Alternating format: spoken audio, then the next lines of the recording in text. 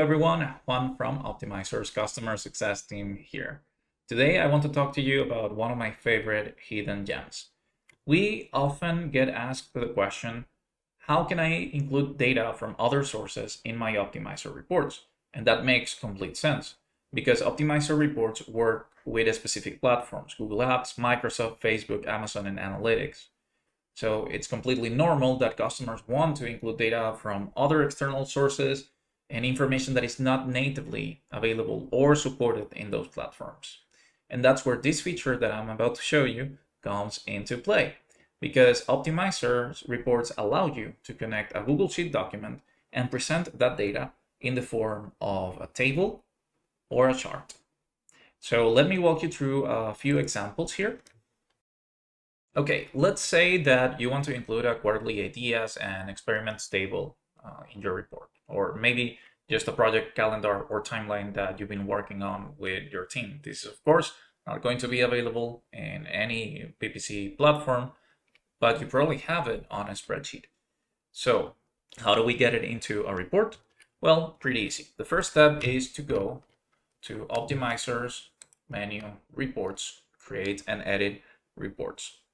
Okay, this account I'm using is currently empty, so I'll go ahead and use a preview template.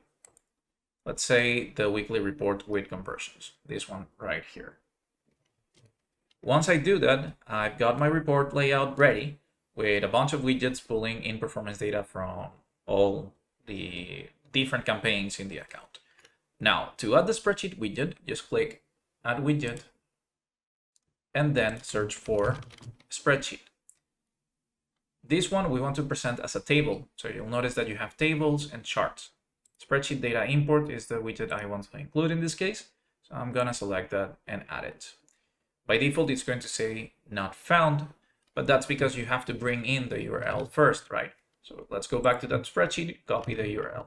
Something very important that you need to make sure of is that the spreadsheet needs to be either publicly available and shared with anyone with a link. Read-only access is okay, but if you don't want to do that, you can just share it with this email address that you're seeing here. That way, only Optmyzr's report will be able to pull in that data. I'm going to paste the spreadsheet URL in here and click the fetch button. So now we only have to select the sheet. I only have one sheet there, and apply the changes to visualize that table in the report. Something really nice here is that you can reorganize the columns or maybe hide some of the columns as well. If you, for example, don't want to show your client the notes included in the spreadsheet, you can hide the notes column, apply the changes again, and that's it. With that done, let's now take a look at a second use case, this time using a chart. So I'm going to add a widget here, and we will look again for the spreadsheet chart. Same steps we followed with the previous widget, so pretty easy. Now we're going to use this spreadsheet. This is a pretty cool use case. Here I have sign-up form responses to the question, where do you hear about us? And this is, of course, data that I want to showcase to my client and stakeholders. So I'll go ahead and copy that URL and paste it here. We can fetch that data, and we will detect the X and Y axis that you can use here, and we'll apply the changes. You can, of course, update the title. Let's say we call this sign-up form responses, and the chart title could be where did you hear about us? Let's apply that again. If you want to present the data with a different type of chart, you can do that. Let's go to the chart tab, and let's use a bar chart instead. That looks pretty nice, and I think given the context, makes the data a little bit easier to read. Another thing that you can do here, if you want to clean up the results or the data used in the chart, are filters, right? So let's say that I want to exclude the other response.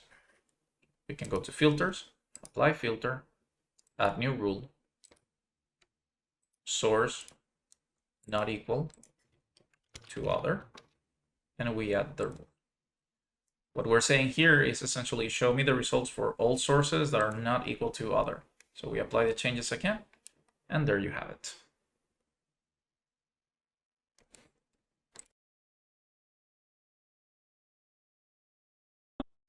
Now, here's where things can get even more interesting because let's suppose that you want to integrate two different Optmyzr tools. Let's say that you are exporting some pre-filtered data to a Google Sheet using the rule engine, and that's data that you want to automatically include in your report as well.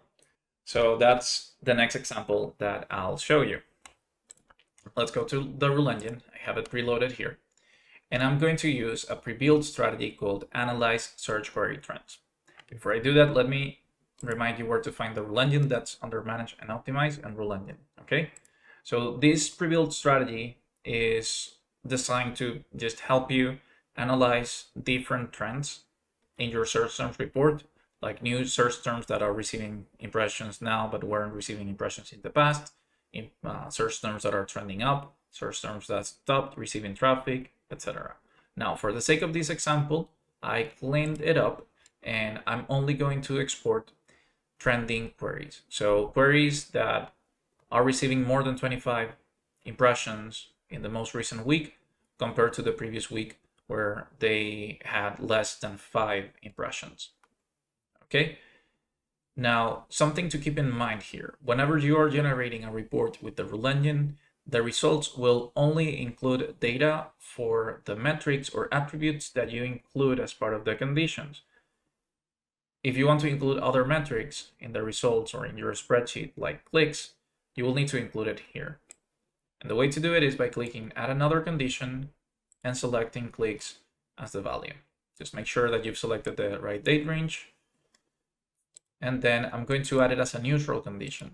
A neutral condition is a condition that is always true, that will not affect the output, will not filter out any data, which is essentially what we want to see here. We just want to see how many clicks those trending queries are driving, regardless of how many clicks they are, right? The action is just to include the data in a report, and then you'll simply have to click View Suggestions, okay? Now, here's what the results page looks like. We have the previous week impressions, most recent week impressions, along with the click data. To export the results to a spreadsheet, you have two options, manually or automatically. For the manual route, you can click Download, then export all suggestions to Google Spreadsheet. Share that spreadsheet with this email address. It has to be right access so that the rule engine can update it, and then paste the URL here in Optmyzr. Okay, so I have this spreadsheet with data in it already. It would be just as simple as pasting it there, exporting the data, and that's it.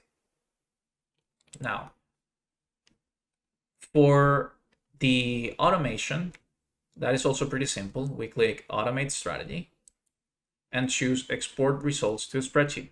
So here, you just have to paste the URL again.